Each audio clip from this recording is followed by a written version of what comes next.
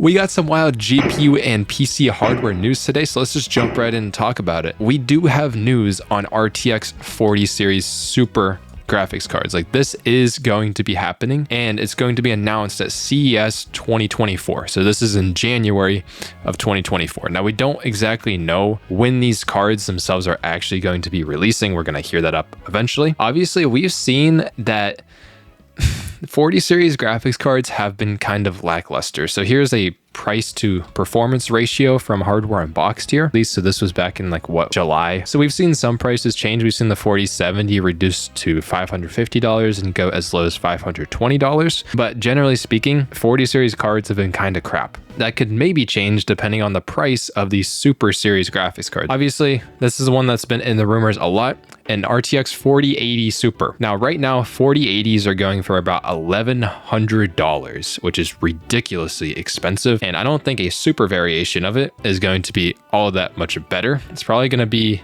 launching at $1,200 or maybe even more. You can see that there actually isn't that much of a difference between the normal 4080 and the 4080 Super. There is about 500 more cores on it, actually about the same amount of VRAM and the same power budget for the graphics card. On the other hand, we have this really stupidly named card. This name is actually confirmed, a 4070 Ti Super. So it has two suffixes on it. It just sounds like an absolute mouthful. Like, we thought like the 7900 XTX, TX, TX, TX was a bad card. Well, I don't even imagine, because this card was originally going to be called a 4080 12 gigabyte. I don't even know what their original plan was, if they were going to do a Super variation of a 4080 12 gigabyte Super. But there is a significant uplift in the terms of cores here, like almost like 800 more cores. We also see 16 gigabytes of VRAM instead of 12. So that's a nice uplift. This card only has 12 gigabytes of VRAM and it costs $800. Like, it still costs $800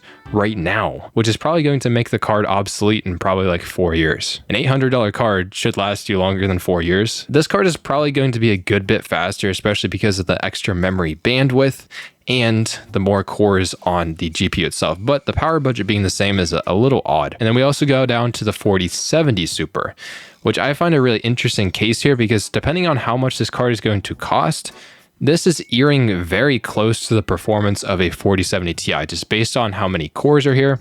We're going from 7168 on the 4070 Super to the 4070 Ti, original one, is 7680. And these are both at 12 gigabytes of VRAM.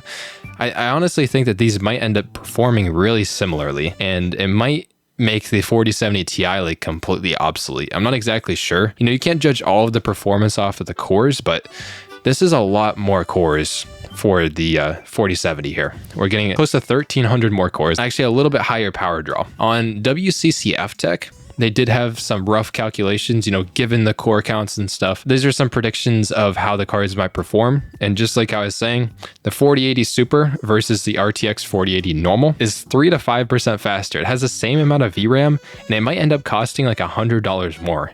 So I think the 4080 Super is going to be a terrible deal. The 4070 Ti Super could be 15% faster on average. The 4070 Super versus the normal 4070, yes, these ones do have 12 gigabytes of VRAM, but this isn't $800. It's like $550 to $600. And we're seeing that this one might be like 14% faster. Again, these numbers are completely rough. Nothing's confirmed or anything. These are just some theory crafting kind of numbers. It seems like a decent refresh for the 40 series graphics cards. It really depends on the price of these. We haven't seen that much shifting in terms of price with the 40 series. The only one that's really been that significant was the 4070, and the 4060 Ti's have also gone down in price. The 4070 Super needs to come in at the same price as the 4070 right now, which is actually $500. And then it would have to push the 4070 down a little bit. Something else to think about too with these 40 series Super cards is that these are probably going to be basically guaranteeing the next generation of GPUs, like a whole new architecture.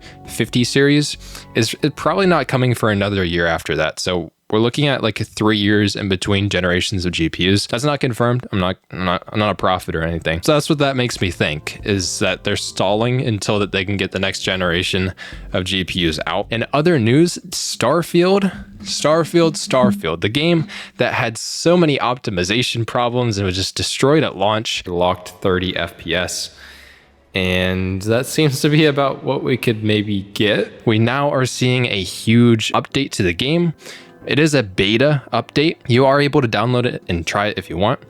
And this is actually finally adding DLSS to Starfield, which is huge. This new update has changed a lot in terms of performance for Starfield as well, especially with Nvidia graphics cards. Obviously, Starfield had a lot of controversy because this game was AMD sponsored and it did not include DLSS upscaling, which generally speaking looks better than FSR. And I actually tested it. There is a modded version of DLSS that you could put into Starfield, and I tested these side by side when the game came out. And I found, generally speaking, that it looked a lot better. DLSS looks a lot more stable. And this was just a modded version of DLSS. Like, it wasn't made for the game or anything like that. With an official version of DLSS within Starfield now, I might revisit this and test it again. I'm not exactly sure yet. Daniel Owen did already test this update. He did some side-by-sides with the performance. What he found is that on an Nvidia card, that it got about 25% more performance from the launch of the game. And this game had a very major problem, again, because it was AMD sponsored. AMD graphics cards worked a lot better in this. So over time, it seems like with these updates, Starfield has eventually started to fix Nvidia GPU's performance within this game. And also they've added DLSS, probably all these things that should have been there at launch. And it really makes you wonder, and probably what I'm going to make a follow-up video on, why wasn't this stuff there at launch? And this has been happening for a ton of games. We look at Last of Us Part 1. We look at Jedi Survivor. I could probably name more, but I can't think of them off the top of my head. A lot of games have released very unfinished this year, and it hasn't even taken the devs that much longer to improve the performance within the games. And it really just makes you wonder, is like, why can't we just release the games in a better state so everybody's happier when the game launches?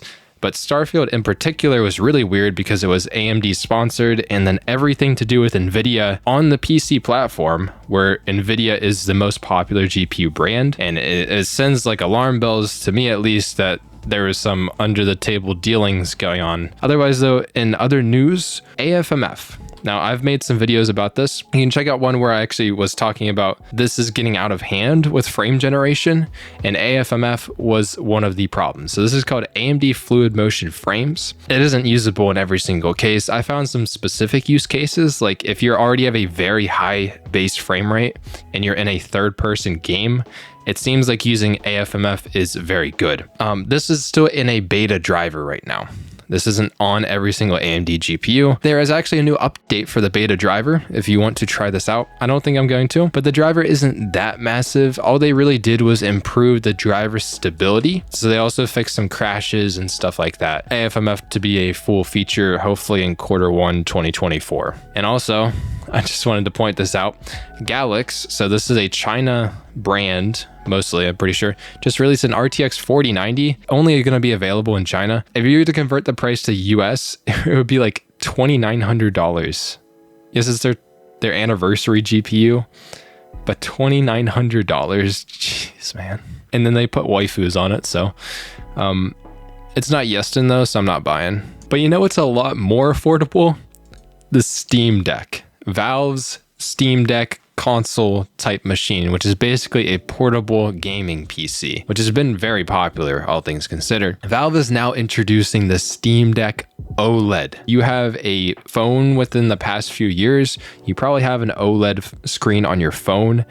Yes, OLED screens are amazing looking. So the previous Steam Deck, it definitely got a lot of criticism for the screen that was on it. It did not look that good. It wasn't that color accurate. It wasn't that vibrant. I've messed around with the Steam Deck before, and I'm not all that impressed with the screen either. Definitely one of the major downsides. And then this is one of the reasons that might convince me to get a Steam Deck. Let's go ahead and lay the groundwork here. And these are going to be coming out on November 16th. I honestly think they're going to be selling out. People are very, very hyped about Steam Deck stuff. We're seeing that you can get the 512 gigabyte OLED model with the upgraded screen for $550, or the 1 terabyte version of it for $650. You get a few other things with this. It's mainly just a storage upgrade though. There's an anti-glare screen on the 1 terabyte version versus the 512 gigabyte one, which is glossy. Honestly, you can just get a screen protector and make the glossy one anti-glare if you want to. And I think the original mid-tier model was $530, but that is now this one. So now the entry-level Steam Deck is 256 gigabytes and it's going for $400. This has the original screen on it. Honestly, that is also a really good deal. Like if you're not that bothered by the screen, then go for it. I also want to mention that the older models, that I don't think they're making these anymore, but these also dropped in price. You can get a 64 gigabyte one for $350 or a 512 gigabyte one with the normal screen. Yeah, but with it being only $100 difference to get to the upgraded model, it's kind of going to be a hard sell for a lot of people, especially with the vast amount of other upgrades that actually come with it besides just the screen. Now, because the screen is thinner, that gave Valve inside the Steam Deck more room to put a bigger battery in it. And that means that the new OLED version has a 50 watt hour battery versus a 40 watt hour battery on the original one. And the OLED screen itself is actually more efficient than the normal screen.